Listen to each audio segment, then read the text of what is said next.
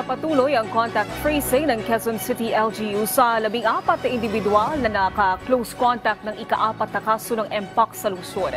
Plano namang patawan ng pamahalaang lungsod ng Quezon ang mga close contact na hindi makikipagtulungan sa otoridad. Si Bien Manalo sa sentro ng balita. Bien.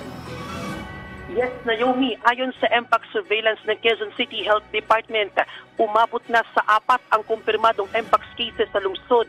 Sa bilang na ito, 3 sa kanila ang gumaling na, habang nasa ilalim ng home isolation pa rin si case number 4. Base sa ginawang contact tracing, may 14 na close contact si case number 4. 13 rito ang kanyang katrabaho at ang isa naman ay kanyang partner. Pawang mga lalaki ang lahat ng pasyente at wala rin umano silang travel history sa ibang bansa. Sa 385 na establishmento na ininspeksyon ng Quezon City Business Permits and Licensing Department, 285 rito ang kinailangang i-refer sa Quezon City Health Department dahil wala silang naipakitang kaukulang permit gaya na lamang ng sanitary at business permit. Karamihan dito ay massage, therapeutic at spa center. Gayunman, binigyan sila ng 15 working days ng QC-BPLD para makapagsumite ng kaukulang dokumento.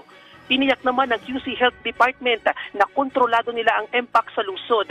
Nakahanda rin nila silang sakaling tumaas pa ang kaso. Samantala, isinusulong naman ng lokal na pamahalaan ang isang ordinansa na layong patawan ng multa ang mga close contact ng pasyente na hindi makikipagtulungan sa mga otoridad.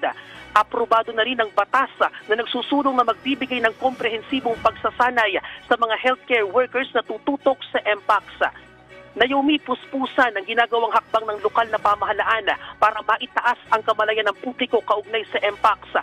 Kabilang narito ang pagpapaigting ng massive information dissemination lalo't higit sa mga barangay. At yan ang update. Balik sa iyo, Naomi. Maraming salamat, Bien Manalo.